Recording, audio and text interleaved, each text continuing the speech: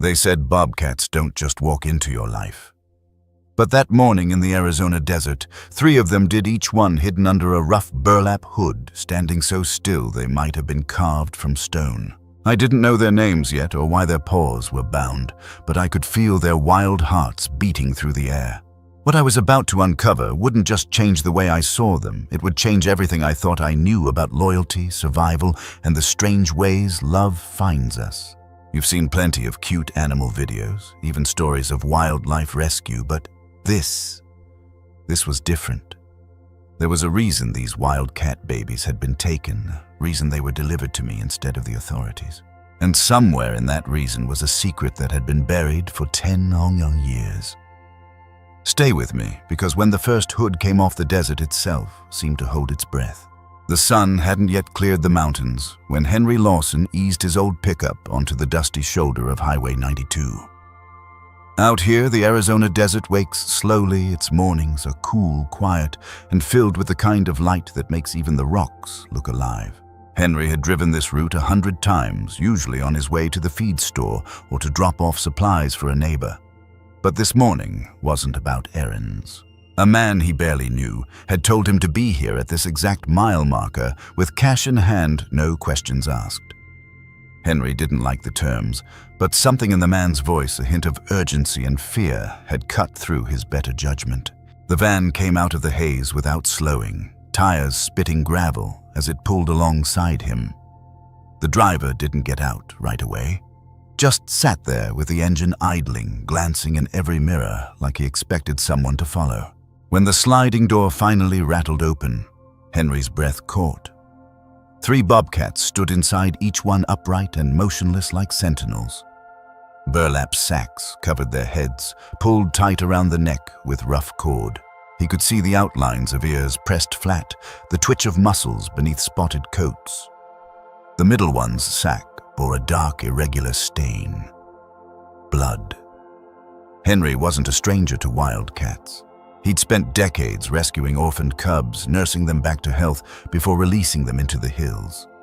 He'd even raised 2 bobcat kits with his late brother back when their sanctuary was still full of volunteers. But he'd never seen anything like this, never seen animals so still, so controlled, yet radiating a quiet defiance. Normally, a young bobcat in captivity will fight the restraint with every fiber of its being, hissing, clawing, raking the air. These 3 just waited. That stillness unnerved him more than a struggle ever could. The driver, a wiry man with desert-worn skin, stepped out and handed Henry an envelope. "Count it if you want," he muttered, voice low. "But don't take those sacks off till I'm gone." He didn't explain why, didn't offer names or where the cats came from or what had happened to them. He just pulled the van door shut and drove off, disappearing into the shimmering distance. Henry stood there for a long moment, the envelope heavy in his palm. This wasn't how wildlife rescue worked. Legitimate transfers meant paperwork, permits, vet reports, microchip records. There were protocols for good reason. The sacks alone were a violation of every rule he knew. In real wildlife rehabilitation, you never cover an animal's head unless it's sedated or in immediate danger of harming itself. Doing so can cause panic injury, even suffocation. Years earlier, Henry had been called to assist with a mountain lion caught in a cattle trap. It had been hooded for control by an untrained ranch hand, the burlap so tight it left deep furrows in the skin. By the time Henry arrived, the cat's breathing was shallow, its heart rate dangerously high.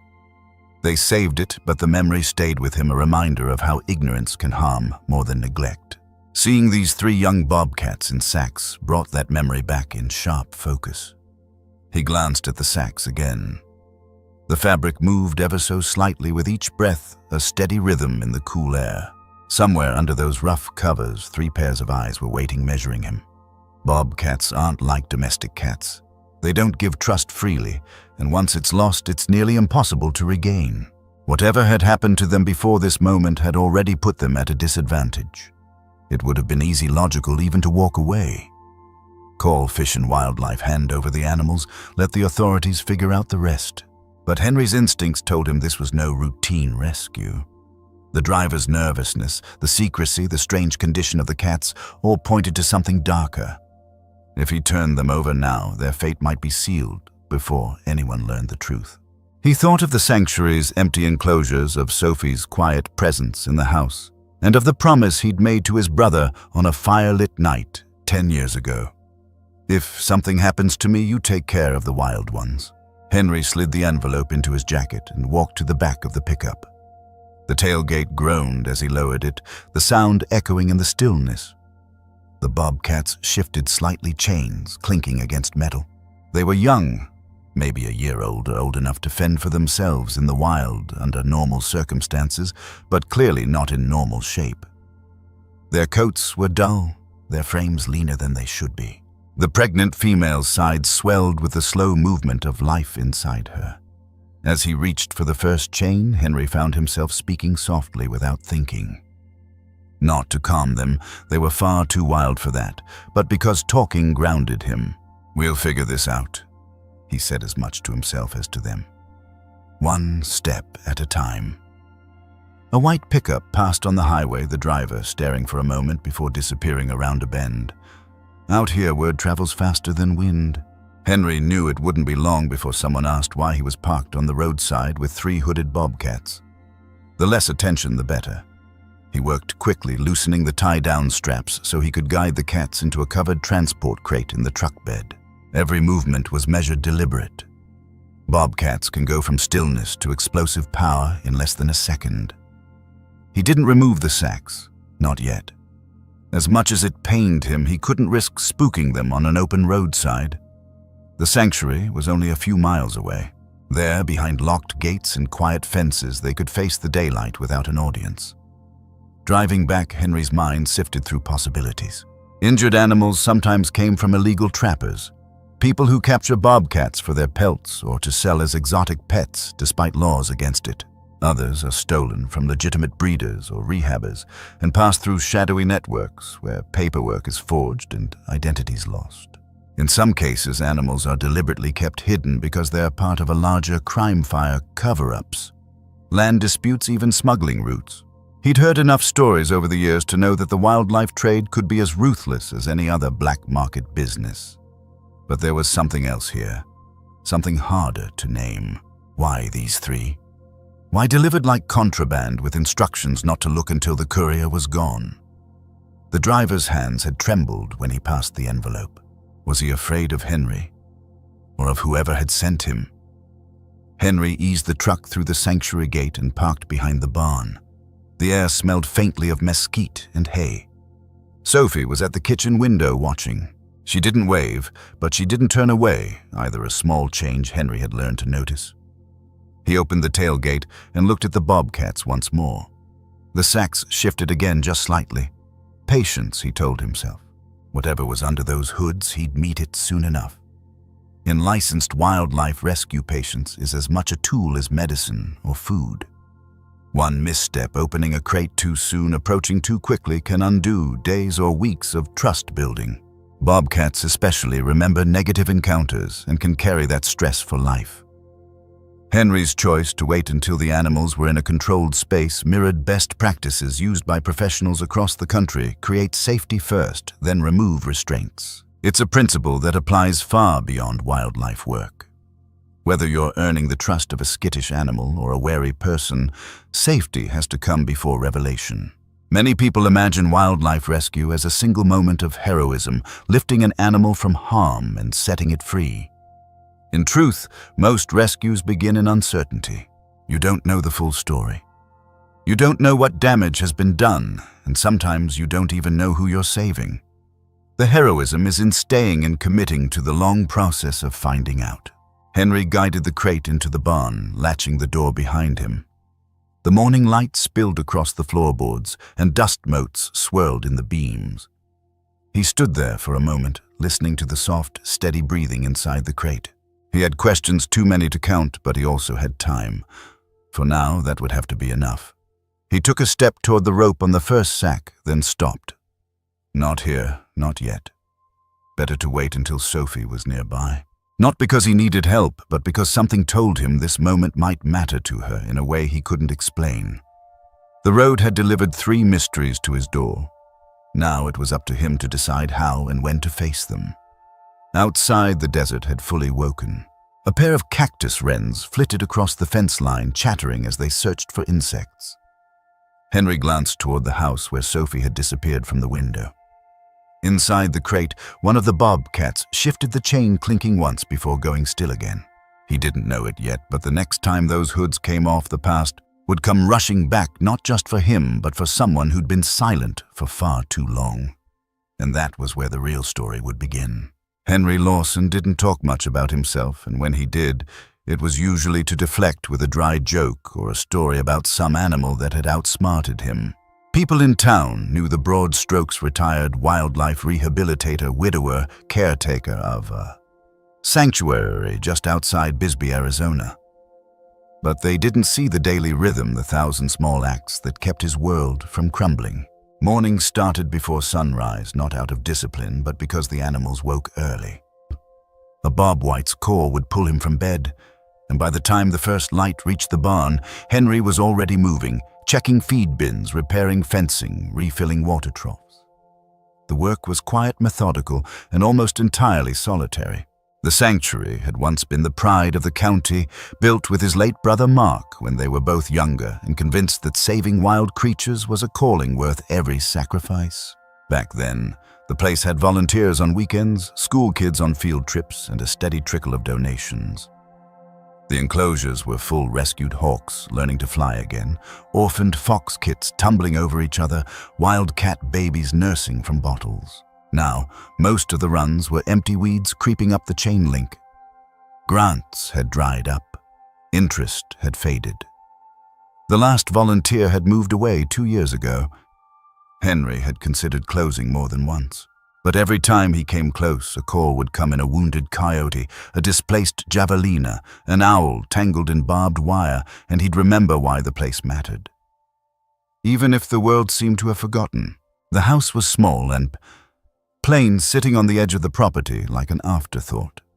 Inside, the air was heavy with the scent of brewed coffee and hay tracked in from the yard. Sophie lived here now, too, his niece, 14, all angles and silence. She'd come to him after her mother, Henry's sister, died in a car accident. At first, he'd expected her to cry, maybe to lash out. Instead, she'd gone quiet. The kind of quiet that felt like she'd folded herself in half and hidden away. She didn't speak in school, didn't answer questions at home, didn't even greet the delivery driver who brought supplies once a month. Henry didn't push. He'd seen animals in that kind of quiet before, the kind that wasn't about shyness, but survival. He knew something about survival himself. 10 years ago, he'd stood with Mark at the edge of a wildfire, watching flames race through Mesquite and Ocotillo faster than they could run. They'd fought to get the sanctuary's animals out, but the smoke was thick and the fire moved like a living thing. By the time it was over, Mark was gone along with several animals they'd raised from babies. Officials called it an accident, lightning strike, bad luck. Henry had wanted to believe that. It was easier than facing the rumors that someone had set it deliberately. Now, with Sophie under his roof, Henry's life had narrowed. The days revolved around her needs and the sanctuary's bare necessities. He'd taken part-time work doing fence repairs for neighbors to keep the lights on. Meals were simple: beans, eggs, bread. Nights were quiet. The kind of quiet where you hear the wind through the cholla cactus and the distant yip of a coyote and know you're the only human for miles. Real-life wildlife work rarely looks like the glossy photos people share online. It's not hand-feeding a bobcat cub while someone films you in perfect golden light. More often, it's mending the same stretch of fence 3 times because a javelina keeps testing it. It's cleaning out water dishes in the summer heat while swatting away horseflies. It's taking calls from people who found a wild kitten and being the one to tell them it's a lynx kitten that needs expert care. One winter years back, Henry had taken in a red-tailed hawk with a broken wing. The injury was old, badly healed, flightless. Releasing her wasn't an option. For the first month, she'd refused food unless he left the enclosure. By spring, she'd begun to take it from a perch, watching him with the measured stare only raptors have. Eventually, she learned to land on a glove again, and Henry used her for educational visits, showing kids how even a wounded creature could adapt. That hawk reminded him that healing didn't always mean returning to the wild. Sometimes it meant building a different kind of life. Sophie didn't know the story, but in his mind it was the same lesson he hoped for her. Still, the sanctuary's survival was a daily gamble. The feed store extended credit when they could. The vet gave discounts. But Henry knew the math: one big repair, one medical emergency, and the whole place could tip over. Taking on 3 bobcats under suspicious circumstances wasn't just risky, it was reckless. Yet as he'd driven them home that morning, he'd felt a faint stirring of something he hadn't in a long time: purpose.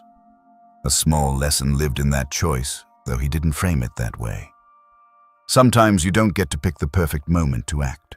Sometimes the thing you're supposed to do arrives when you're least prepared, when your funds are low, your hands are full, and your heart is still mending. And you have to choose whether to say no for safety or yes for meaning. From the kitchen window, Sophie had watched him unload the crate into the barn. She hadn't come outside, but he noticed the way her eyes followed him. He could tell she was curious, even if she'd never admit it. He'd learned to read her like he read a wary animal by the set of her shoulders, the way she held her breath when something interested her. If the bobcats could reach her where he couldn't, he'd take the risk 100 times over. There was a fresh perspective in that too. People think of rescue as one way you save the animal. But more often than not, the animal saves you right back, just in quieter ways. A fox cub teaches you patience. A hawk shows you resilience. And maybe, just maybe, a wildcat baby under a burlap hood could give a silent girl her voice again. As the morning stretched on, Henry kept himself busy. He fixed a sagging fence line in the west enclosure, mended a water line, sorted through feed bins to see what he could spare for the new arrivals. In the barn, the 3 bobcats shifted occasionally, the chains clinking against the crate. They didn't vocalize, not the high-pitched yowl bobcats use when stressed, not the growl that warns you to back off. Just silence. That silence made him wonder about their past. Bobcats in captivity learn quickly that noise brings trouble. Had they been taught to be quiet? Or had they learned it the hard way? He thought about calling Carla Moreno, the park biologist he'd worked with years ago, but decided against it for now. Better to know what he was dealing with before pulling anyone else in. Instead, he took a seat on the barn's worn bench and jotted a few notes in his ledger. Arrival date, number of animals observed, condition. Documentation mattered. In legal rescues, it could mean the difference between proving an animal's origin and losing it to someone's false claim. As the afternoon light began to shift, Sophie appeared in the barn doorway. She didn't step inside, but she looked at the crate. Henry didn't move toward her. "They're bobcats," he said, keeping his tone casual. She nodded once. "They'll need time." Another nod. Then she was gone. It was small, but it was something. By evening, Henry had made the decision to wait until morning to remove the sacks. He wanted Sophie nearby, even if she stayed at the doorway. Some moments, like first introductions, carry weight. You can't get back if you rush them. Lesson and real-life example. In wildlife work, introductions matter. You get one chance to make the first contact safe and non-threatening. Henry had once seen a volunteer rush to handle a rescued kit fox. The fox panicked, injuring itself in the scramble, and it never accepted human proximity again. From then on, Henry made it a rule the first meeting should always set the tone for trust, even if trust means nothing more than calm coexistence. As darkness fell, Henry did one last round of the sanctuary. He checked the locks, topped off water, and listened to the desert settling in. The barn was quiet, except for the faint rustle of burlap. Inside the house, Sophie sat at the table sketching in a worn notebook. She didn't look up when he passed, but he noticed the page, 3 shapes upright, with something covering their heads. He poured himself a cup of coffee, leaning against the counter. Tomorrow, the sacks would come off. Tomorrow, he'd see their faces, their eyes, and maybe find a piece of the truth about where they'd been. In the stillness, Henry found himself thinking about how much could change in a single day. That morning, the sanctuary had been another step closer to closing. Now, there were 3 reasons to keep the gates open, 3 reasons to hold on a little longer. And, in the crate in the barn, 3 pairs of eyes waited for the moment the world would open again. Morning broke with the pale wash of desert light creeping across the sanctuary yard. Henry Lawson was already in the barn coffee mug, balanced on the feed table notebook, open to a fresh page. The 3 Bobcats were awake, or at least more alert. The burlap over their heads moved slightly with each breath, ears twitching under the fabric. He'd decided last night that today would be the day. He didn't rush. Actions in wildlife rescue weren't about speed. They were about control of the environment, the animal's stress level, and your own nerves. Henry had learned that in his first year of rehabilitation work, when a young male bobcat he'd been bottle feeding bolted through an unlatched gate and was gone before Henry could even react. That one mistake had taught him with wild cats, you move slow, speak low, and always anticipate the unexpected. He heard footsteps behind him. Sophie stood at the doorway, still in her sweatshirt, hair pulled into a loose knot. She didn't say anything, but her eyes were on the crate. Henry simply said, "If you want to watch, find a quiet spot." She slid down the wall to sit cross-legged on the floor a few yards away. Henry knelt by the first bobcat fingers, working the knot that held the sack in place. The rope was rough and tied in a practiced way, quick to secure, slow to undo. It took longer than he expected. When the fabric finally loosened, he eased it off. The cat blinked hard in the new light. His left eye was clouded, a pale film over amber. A thin scar ran down the bridge of his nose. His gaze moved past Henry, scanning the barn without panic, just caution. The ear tag confirmed it. This was Mesa, a bobcat Henry had released 2 years earlier into the Chiricahua foothills after a vehicle strike injury. He'd wondered if Mesa had made it. Now he knew. But the knowledge came with questions. How had a free bobcat ended up back in captivity under a hood miles from his home range? Mesa shifted the muscles along his shoulders, bunching. Henry stepped back just enough to give him space, letting the cat retreat to the far side of the crate. "Welcome back, old boy," he murmured. Mesa didn't growl, didn't bare his teeth. He simply sat, tail curled tight, watching. At the second crate, Henry's hands worked faster. The burlap slid away to reveal a female belly, swollen with pregnancy, her spotted coat dulled, but her eyes bright and wide. Sierra. He didn't know her, but the signs of stress were clear: thin frame, uneven breathing, and a twitch in her tail tip that said she was ready to bolt if given the chance. He lowered himself to one knee, making his profile smaller. She crouched, ears flat. Henry had worked with pregnant bobcats before. In the wild, they'll den in caves, thick brush, or under boulders, places where they can see danger coming. In captivity, if they feel unsafe, they may abandon their kittens. He knew he'd have to find her a quiet, covered enclosure before she gave birth, somewhere away from human eyes. "You're safe here," he said softly, knowing the words were more for him than for her. He paused before the third crate. The middle bobcat hadn't moved much since yesterday, except for the steady rise and fall under the sack. The rope was tied tighter here, double-knotted. Henry's fingers found the knot and worked it loose, careful not to tug the fabric against the cat's face. When the last twist gave, he lifted the burlap.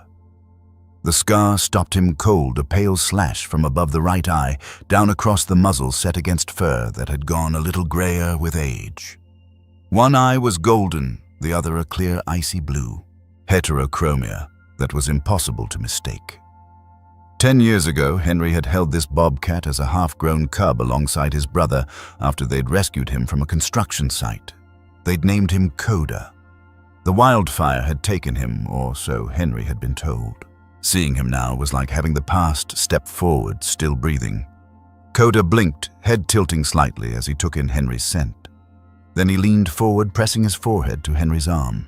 Not a domestic cat nuzzle, but a slow, deliberate touch, a greeting from an animal that remembered. Henry swallowed hard. From the corner of his eye, he saw Sophie shift. She'd leaned forward, hands on her knees, eyes fixed on Coda. The bobcat turned his head toward her. He didn't move closer, just sat there, body still but alert. Sophie's lips moved. Uncle Coda.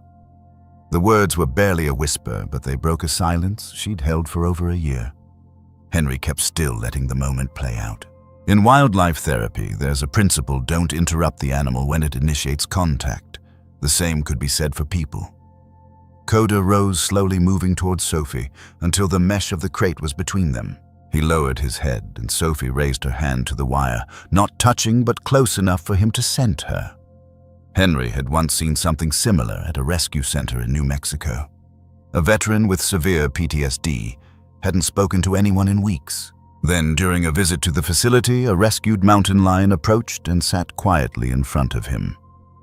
The veteran spoke one sentence: "You understand. Sometimes the connection is unexplainable. Sometimes it's enough to change the course of healing." The lesson here was simple, though Henry didn't spell it out. Trust, once built, can survive years of absence. And recognition, whether between humans or between a human and an animal, can break through barriers. Nothing else can. He secured the crate doors, not because he thought the Bobcats would attack, but because the barn wasn't ready for a free-roaming wildcat at this hour. Then he sat on the bench, letting the three of them adjust to the light. Mesa settled in the back corner. Sierra lay down with a sigh, and Coda kept his gaze on Sophie. From a fresh perspective, Henry realized this wasn't just about rescuing animals. It was about reclaiming something lost: connections. Promises, parts of himself he'd put away after the fire. Seeing Coda alive was proof that not everything from that night had been destroyed. He began jotting notes in his ledger: conditioned behavior, possible origins. These records weren't just for him, they were evidence if this ever became a legal case. In real wildlife investigations, the first detailed observations can make or break the chain of proof. Sophie didn't speak again, but when Henry glanced over, he caught her watching Coda with an expression that was almost a smile. He tucked that away, knowing not to press. In rescue work, progress isn't always loud. Sometimes it's a whispered name or a softened gaze. As the morning stretched on, Henry made arrangements. Mesa would go into the east enclosure where there was shade and a climbing structure. Sierra would get the covered pen near the old mesquite, away from noise. Coda. Henry wasn't sure yet. Part of him wanted to keep him close in the smaller barn pen where he could watch him, but he also knew Coda might need space to reacquaint himself with the rhythms of the sanctuary. Years ago, a colleague in Texas had taken in a lynx that escaped from a backyard breeder. The lynx had been in poor condition, distrustful of everyone. They placed him in a large, quiet enclosure and let him decide when to approach. After 3 months, he began meeting his caretaker at the gate each morning. Rushing the process would have pushed him further away. With wild animals, patience isn't passive, it's an active choice. It's creating the right conditions, then resisting the urge to speed them along for your own comfort. By late afternoon, the Bobcats were in their new spaces. Henry watched from a distance as Mesa explored cautiously. Sierra chose a corner and stayed put, and Coda paced the fence before settling near the side that faced the house. Sophie came out onto the porch. She didn't wave or call out, but Henry noticed she stood there longer than usual, eyes on Coda. Inside, Henry brewed another pot of coffee and sat at the table. He didn't know where these Bobcats had been or what they'd endured, but one thing was clear: their arrival was no accident. Someone had gone to a lot of trouble to hide them, and someone else had decided to send them here. As the sun dipped low and the desert air cooled, Henry felt the weight of questions pressing in. He didn't have the answers yet, but he had 3 living reasons to find them. And the first clue was in those mismatched eyes that had survived fire time, and who knew what else? Eyes that seemed to be watching not just him, but the road beyond the gate, as if expecting someone to appear. The barn was quiet except for the faint rasp of Coda's breathing and the soft shuffle of paws against packed dirt. Sophie hadn't moved from her place by the wall.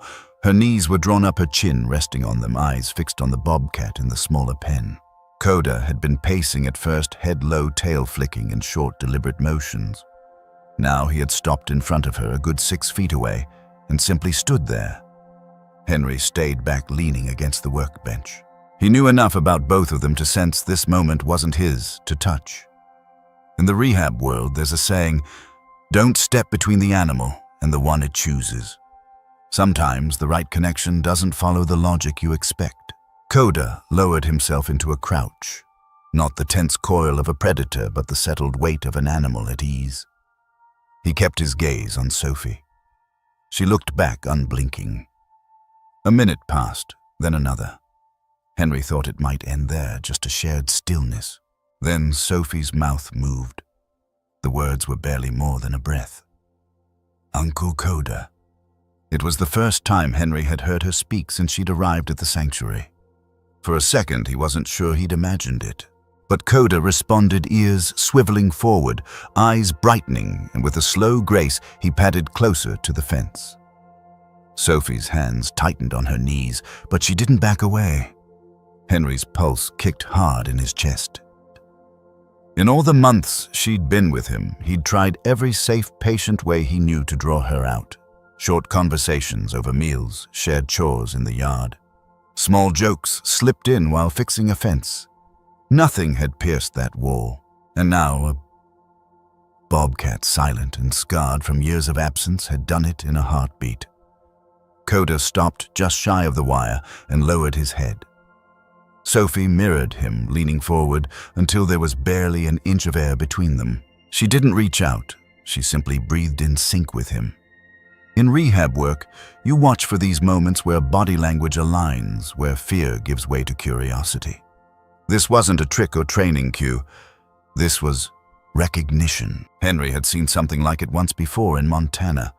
A rescued wolf named Bramble had been wary of every human refusing food unless the caretaker left the enclosure. Then one day during a school visit, a boy in the group knelt quietly by the fence. Bramble walked straight to him, touched his nose to the boy's hand through the mesh, and stayed there. Later, the boy's teacher told the staff that he'd been selectively mute for most of the year. That one interaction became a turning point, not just for the boy, but for the wolf, who began to accept others slowly after that. The small lesson Henry took from moments like these was simple but hard to apply. Sometimes the healing doesn't come from the person who's been trying the longest. It comes from the one who carries the right kind of stillness, and you can't force that stillness. You can only make space for it. Sophie's lips moved again. Henry caught fragments, something about before and the fire, and he remembers. Her voice was rough, as if the words had been stored away too long. Coda stayed motionless, except for a slow blink every so often, the Bobcats' way of saying, "I'm not a threat." From a fresh perspective, Henry saw that this wasn't just a reunion between a girl and a wild animal she'd known as a child. It was a reclaiming of something for both of them. Sophie had lost her voice to grief. Coda had lost his world to a fire. In each other, they found a piece that still fit. Henry didn't interrupt. He didn't want to. Every instinct told him this was one of those fragile bridges you cross only once. Instead, he stepped quietly to the far side of the barn, giving them the illusion of privacy. He busied himself with refilling a water pan, but his ears stayed tuned to the low murmur of Sophie's voice. In wildlife therapy programs, they talk about parallel recovery. A traumatized person works alongside an animal that's also healing, and the progress of one often mirrors the other. Henry had never thought of the sanctuary that way before. It had always been about getting the animals well enough to release. But maybe there was another kind of release to work toward here.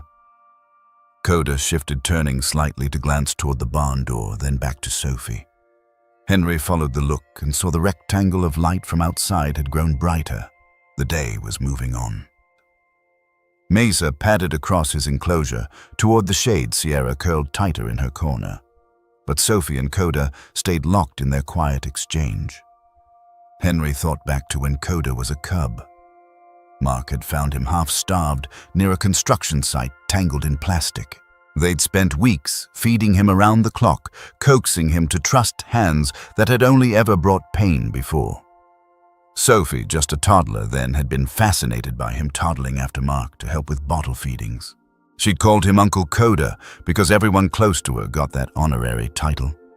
Now here they were years later with the same name carrying across the space between them like a lifeline. Henry made a note in his ledger. Sophie spoke. First word since arrival. It wasn't the kind of record the state would care about, but to him it mattered as much as documenting an animal's first meal after injury. Both meant a step toward life.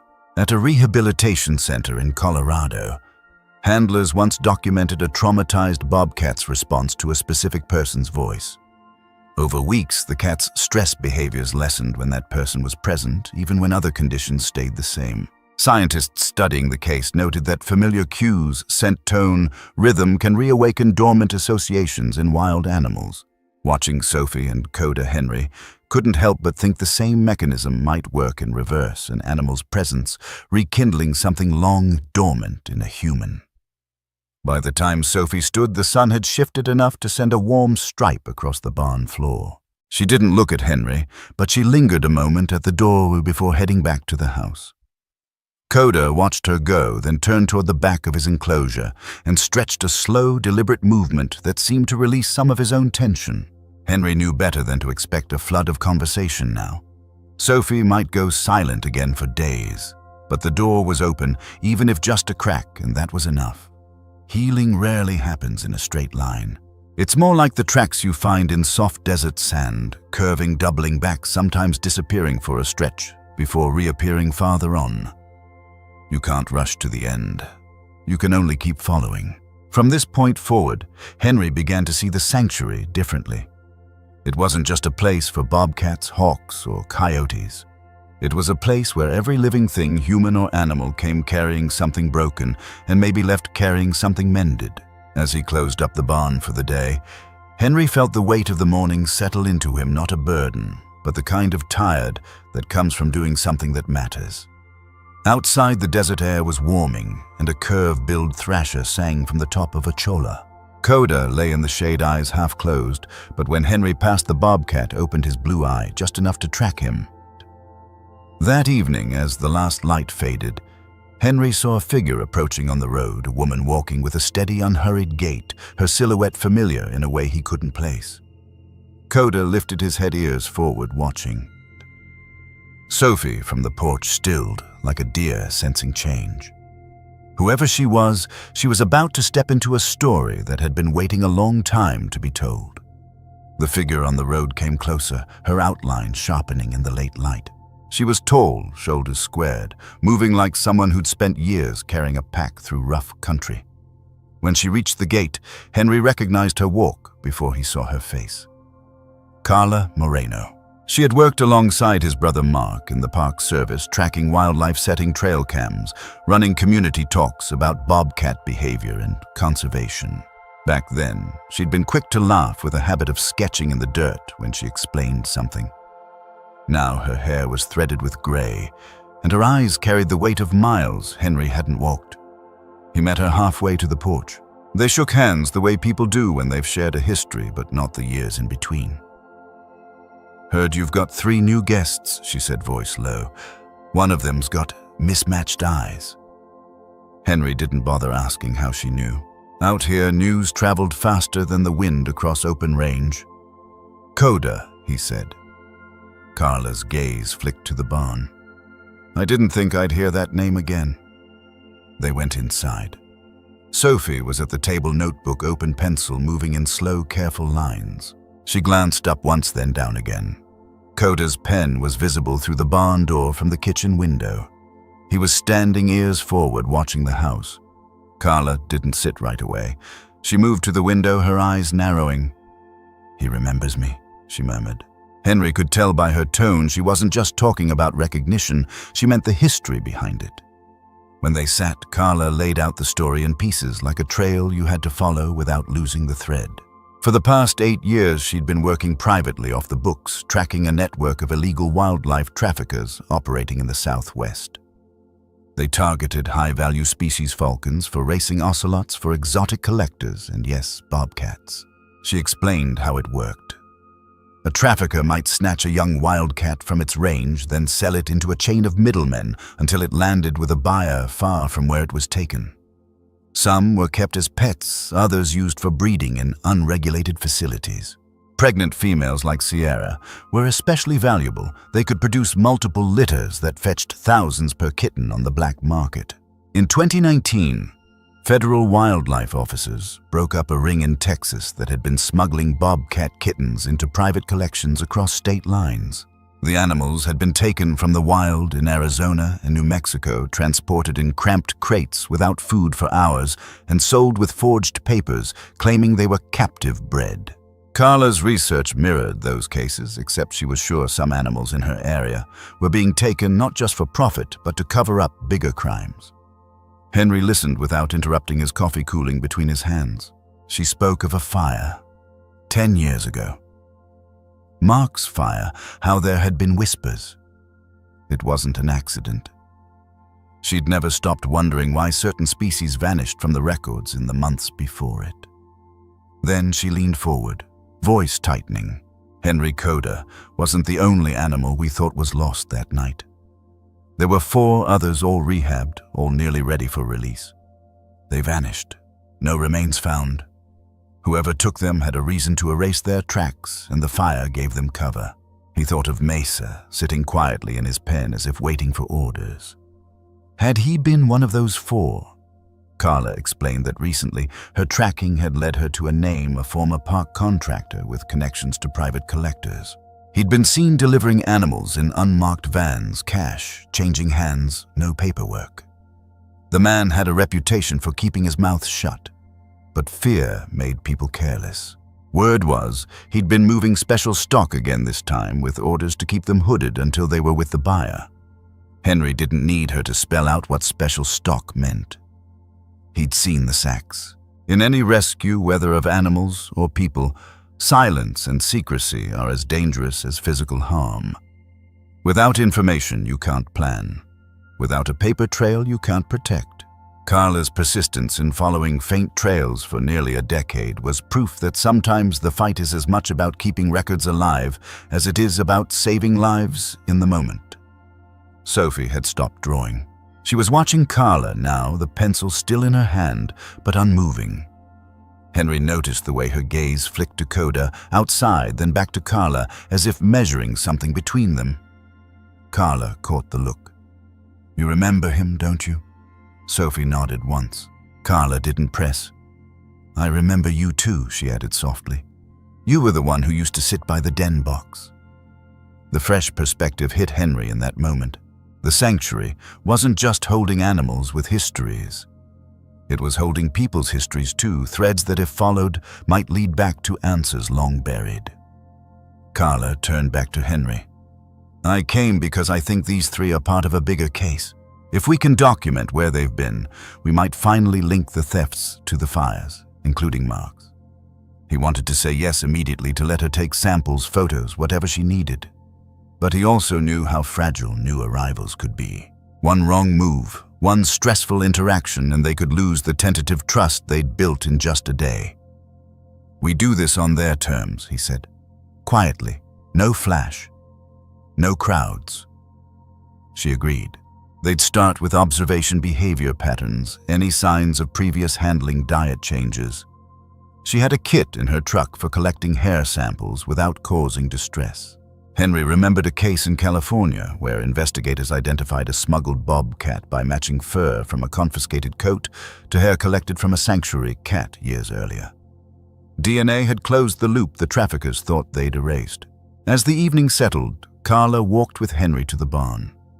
Mesa stayed in the back of his pen, eyes on her. Sierra rose halfway, then lay back down, keeping her belly turned away. Coda stepped forward, stopping just at the edge of the light, his mismatched eyes fixed on Carla, and for a moment the barn was silent except for his breathing. Carla crouched, speaking softly. "You made it, didn't you? Through the fire, through all of it." Coda didn't move closer, but he didn't retreat either. That was enough for now. Henry locked up the barn, the cool night air carrying the faint smell of creosote. Sophie had gone back to the house, but the porch light was on. Through the window, he saw her at the table again, this time writing something in the notebook. As they walked to her truck, Carla said, "Henry, if I'm right, bringing them here put you in the middle of it. We need to be careful." He nodded. "Careful's what I do best." But even as he said it, the sound of a vehicle in the distance made him glance toward the dark stretch of road beyond the gate. Headlights glowed faintly, still far off. Carla followed his gaze. "You expecting anyone?" she asked. He wasn't. And somewhere in the barn, 3 bobcats lifted their heads at the same time, ears tilting toward the sound. The headlights passed without slowing, disappearing into the desert night. Still, Henry felt a ripple run through the sanctuary, the way the bobcats went still in their pens, the way Sophie looked toward the road, even from inside the house. Out here, instincts were worth listening to. By morning, Carla was back in the barn with a small canvas kit. "We'll start light," she said. "Hair samples, a few notes, nothing that'll spook them." Henry agreed. He wasn't about to trade the fragile trust of 3 rescued wildcat babies for a rush toward answers. They worked quietly. Mesa stayed in the back of his pen, watching every movement. Sierra rose to her feet when Carla approached, then stepped into the small den box Henry had set up for her. But Coda, true to his nature, came forward. Not close enough to touch, but close enough to scent the tools Carla carried. As she clipped a few hairs from the mesh where Coda had rubbed, Carla explained why it mattered. These aren't just identifiers.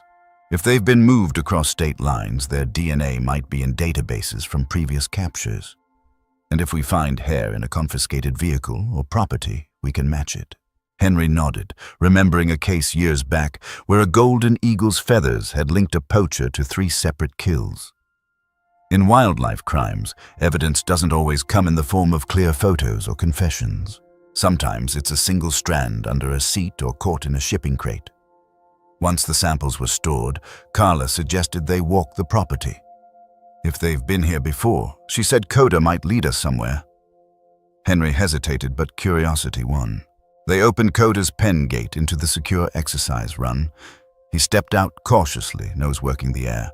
Sophie appeared in the doorway without being asked. She didn't speak, but Coda glanced at her, then padded toward the far fence. Henry followed at a distance, letting him set the pace. The bobcat moved with purpose, pausing to sniff certain posts, turning sharply toward the line of old mesquite at the property's edge. Behind one tree, half hidden by fallen branches, Coda stopped. He dug at the dirt with short, deliberate strokes. Henry crouched and began pulling away debris.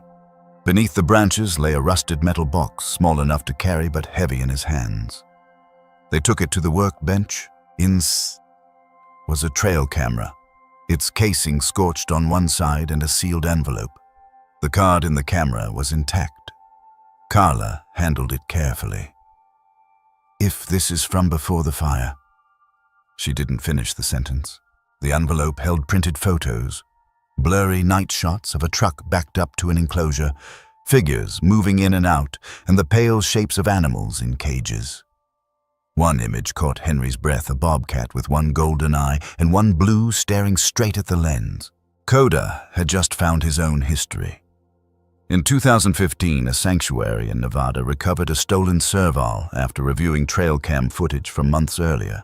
The camera had been placed for an unrelated research project, but happened to catch the thief loading the animal into a van. That single image became the linchpin of the prosecution. Henry set the photos aside and looked at Coda, who had returned to the shade outside. "You remembered," he said softly. It wasn't sentiment. Bobcats have strong spatial memory. They can recall den sites, prey routes, even human structures years after leaving them. Coda had led them to something he'd known was there all along. Carla examined the trail cam card. "We'll need to view these somewhere safe," she said. "There might be time stamps, maybe faces." Henry thought of how many times he'd walked this property without knowing what was buried under those branches. It was a quiet reminder that even in familiar places there are layers you haven't seen. In rescue and in life, the obvious trail isn't always the only one. Sometimes the most important evidence or truth isn't in plain sight. It waits where you're not looking until the right guide leads you there. They locked the box in Henry's old filing cabinet. Carla wanted to search further, but she insisted they give the bobcats time to rest. Stress can trigger setbacks, loss of appetite, pacing, aggression. In wildlife rehab, pushing too hard for progress often costs more than it gains. Over the next 2 days, they let Coda into the exercise run each morning. Each time he led them somewhere new. One day it was a gap in the old fence line where tufts of fur were caught in the wire, likely from another animal struggling.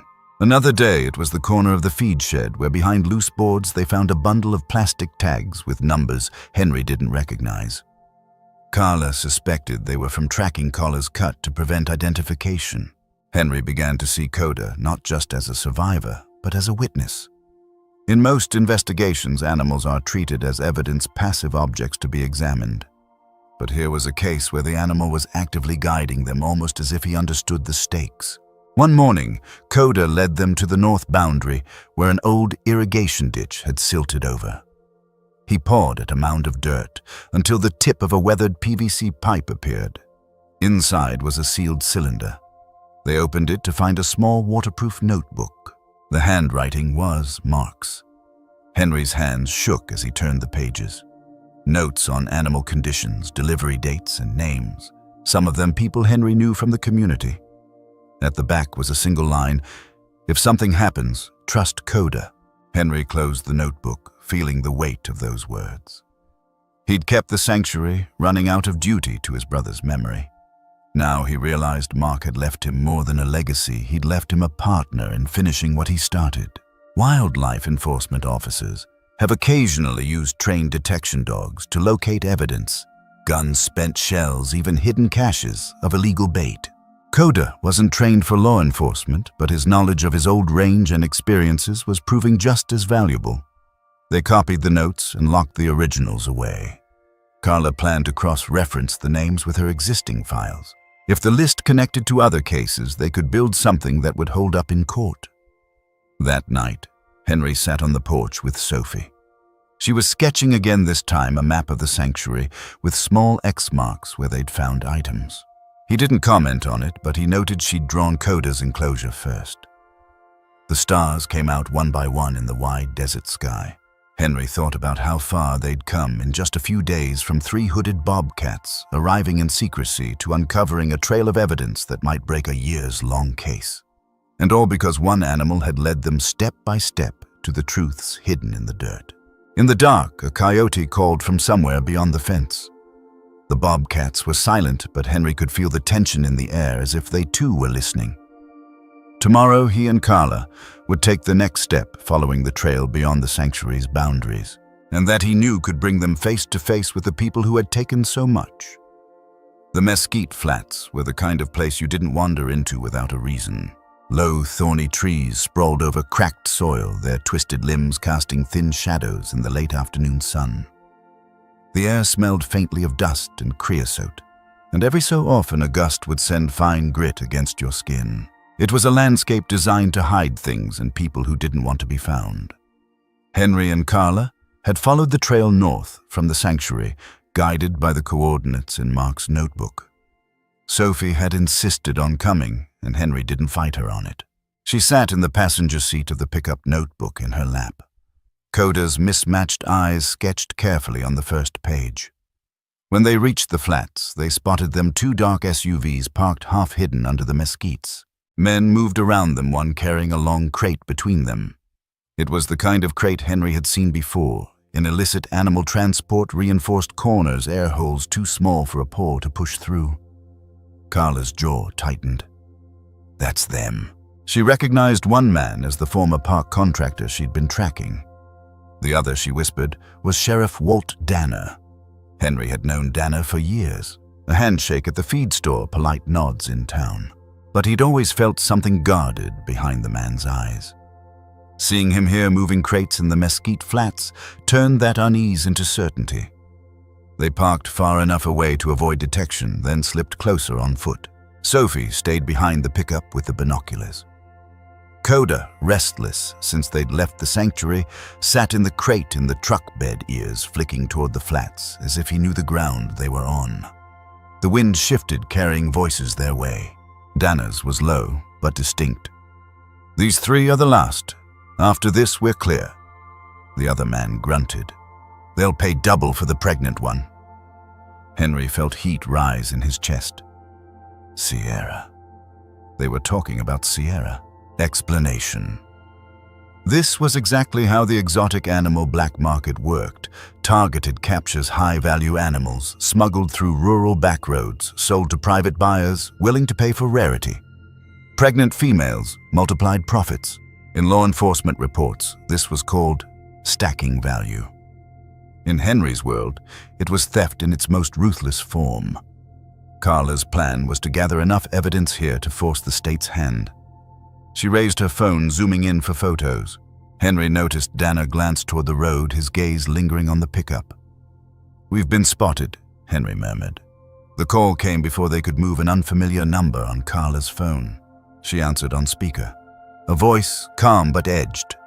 "Step out where we can see you, or the girl in the truck gets a visit." Henry's breath went cold. He looked back. Sophie was still in the pickup, unaware of the danger. He didn't have time to think it through. He stepped into the open hands visible. Carla followed. Dana and the contractor turned toward them. "Well, look who wandered in," Dana said, voice almost friendly. "You should have stayed on your side of the fence, Lawson." Henry kept his tone even. "Those animals aren't yours." "That's where you're wrong," Dana replied. "No one's keeping them safe but me. People like you let them go and the world chews them up. I give them purpose. I give their lives value." Henry thought of Coda, of the life stolen from him, and felt the sharp edge of Dana's twisted logic. In a 2017 case in Florida, a licensed exotic animal dealer was convicted for running an illegal breeding operation. In court, he claimed he was protecting endangered species by placing them in private collections. The reality was neglect abuse and profit-driven captivity. The justification was always the same, a veneer of care to cover exploitation. One of the SUVs started up. Dana glanced at it. "We're leaving." "You didn't see us." That's when a sound cut through the flats, a sharp, trilling whistle. Sophie's whistle. The same pattern Henry's brother had used to call Coda as a cub. In the truck bed, Coda erupted into motion. He launched from the crate into the exercise harness Henry had fitted for safety and transport. His stride was low and fast, kicking up dust as he closed the distance. The men froze, startled by the sight of a full-grown bobcat bearing down on them. Coda didn't attack. He planted himself between Sophie and the advancing contractor ears, flat tail lashing. From the other side, Mesa appeared. Henry hadn't even seen Carla open his crate. The two bobcats moved in a slow, deliberate arc, funneling the men back toward their own vehicles. Sierra's muffled growl came from inside one of the crates on the ground. The standoff lasted seconds but felt longer. Dana's eyes flicked between the bobcats and Henry. He saw something he couldn't control, something that didn't fit his narrative of ownership. Without a word, he gestured to the contractor. They dropped the crate and backed toward the SUVs. Carla kept her phone up, recording until the taillights disappeared. Sometimes strength isn't in the strike, it's in holding ground. The bobcats hadn't chased or clawed. They'd used presence positioning and the instinctive caution humans feel toward wild animals. In wildlife work, you learn that dominance isn't always about force. They moved quickly then. Carla and Henry loaded the dropped crate into the pickup. Inside, Sierra was wide-eyed but unharmed. Coda paced once around her crate before settling near Sophie, who was breathing hard but steady. As they drove back toward the sanctuary, Carla kept checking her mirror. "They'll be back," she said. "Men like that don't let go easy." Henry realized the flats had been more than a hiding place for trafficking. It was neutral ground. Somewhere the traffickers felt untouchable. Bringing the bobcats here had turned it into a place of resistance, however briefly. And that mattered. Places hold stories, but they can also be rewritten. By the time they reached the sanctuary gates, the sun had dipped low, painting the desert in long shadows. They unloaded Sierra, carefully guiding her back into the quiet of her pen. Coda followed without resistance, settling into his spot where he could see both Sophie and the barn. Henry stood for a moment at the fence, watching the three of them. The mesquite flats had shown him the danger was real close and willing to wear a familiar face. But it had also shown him something else. The fight ahead wasn't his alone. Later that night, Henry sat at the kitchen table with Mark's notebook open and Carla's phone beside it, footage still playing. The evidence was there, the faces, the license plates, the crate numbers. Outside, the desert was quiet, but he knew it wouldn't stay that way. The next step would take them beyond protection into the heart of justice. And justice, he thought, had a way of asking for everything you had left to give. The trial didn't happen overnight. Carla spent weeks building the case, cross-referencing Mark's notebook with the evidence Coda had led them to, matching hair samples with seized items from other states and pairing photos from the Mesquite Flats with vehicle registrations.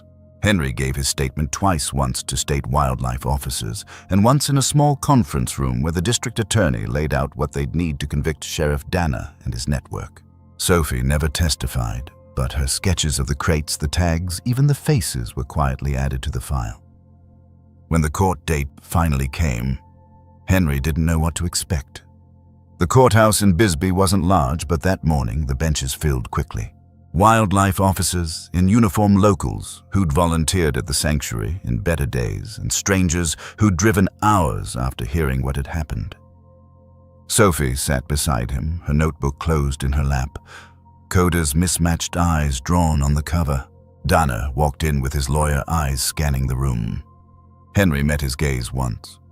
It was like looking at a caged animal that didn't understand how the walls had closed in. The prosecution laid out the charges: wildlife trafficking, animal cruelty, arson, and manslaughter in connection to Mark's death. Each count was backed by evidence: the photos, the trail cam, the collar tags, the hair samples. The most damning moment came when the judge allowed footage from Carla's phone to be played: the Mesquite Flats, the crates, the Bobcats standing their ground. The room was silent except for the sound of wind over the mic and the faint growl from inside Sierra's crate. It was undeniable. Explanation. In wildlife crime cases, direct visual evidence combined with physical proof is rare, but powerful. Most prosecutions rely heavily on circumstantial links: possession of restricted species without permits, matching DNA or financial records. Here they had all of it woven together. The verdict came after only 2 hours of deliberation: guilty on all counts. Dana was sentenced to decades in prison, the contractor and other associates to shorter but still substantial terms. The court ordered the seizure of any remaining animals in their possession with placement into licensed facilities. Henry felt no rush of victory. Justice wasn't about winning, it was about setting something right, even if the damage couldn't be erased. After the trial, things changed at the sanctuary. Grants began arriving, some from organizations Henry had never contacted. Volunteers returned, some bringing their children to see the Bobcats that helped catch the bad guys. Carla visited often, helping design a new section of the property, a quiet rehabilitation wing where animals and trauma survivors could work side by side. They called it the Lawson Wildlife Healing Center in honor of Mark. Programs like this already exist in parts of the U.S., such as the Warriors and Wolves Initiative in California, where veterans with PTSD work with rescued wolves, or equine therapy centers that pair horses with trauma survivors. The science supports it. Interaction with animals can lower cortisol levels, improve mood regulation, and build trust. For Sophie, the changes were quieter but no less real. She began speaking more, first to Henry, then to volunteers. She told Coda's story once to a small group of visitors, her voice steady despite the dozen eyes on her. Coda listened from his pen, his head tilted in that familiar way. Healing, whether for people or animals, often happens in layers. You can't force it to move faster, and you can't always predict the moment it will shift. But if you keep showing up, keep creating the conditions for safety and trust, change will happen. Henry saw it in Sierra, who gave birth to 2 healthy kittens and allowed him close enough to check their eyes within weeks. He saw it in Mesa, who began basking in the open instead of hiding in the back of his pen. And he saw it in Sophie, whose laughter, light, sudden, unguarded, started to sound like the wind in the mesquites before a storm. The case also brought public attention to the realities of the exotic pet trade in America. Many people assume wildlife trafficking happens somewhere else overseas in far-off jungles. The truth is, high-value species like bobcats, ocelots, and falcons are stolen and sold within U.S. borders every year. They're taken from the wild, stripped of their instincts through confinement, and often end up in poor conditions. Licensed wildlife rehabilitators are the front line against this, but without community awareness, the cycle continues. The sanctuary became more than a home for animals. It became a place where justice and care could coexist. Henry realized that protecting wildlife wasn't just about releasing them back into the desert. It was also about protecting the spaces, laws, and people who make that release possible. And sometimes it was about giving an animal a safe place to live out its life when going back to the wild was no longer an option. On the 1-year anniversary of the trial, they held a small gathering at the sanctuary. Volunteers hung photos of the Bobcats along the barn wall alongside sketches Sophie had made. Henry spoke briefly, thanking the community. Sophie read a few lines from her notebook about Coda's eyes, about how she'd learned that some wild hearts don't need to be tamed to be close. Coda, sitting in the sun just beyond the fence, blinked slowly, as if agreeing. Stories like this aren't just about animals, they're about us. About what we choose to protect and how far we're willing to go to defend something that can't speak for itself. Maybe you've never stood in the mesquite flats or faced down someone like Dana. But every day we're given chances, small ones, to act with that same courage. To stand between what we love and what would harm it. So as you leave this story, ask yourself, what's worth protecting in your world? And when the moment comes, will you step forward? If this story moved you, taught you something new, or reminded you why connection matters between humans, animals, and the wild places we share, please take a moment to like this video, subscribe to the channel, and share it with someone who might need a little hope today. Your support helps us keep telling these stories, and it might just be the spark for the next rescue.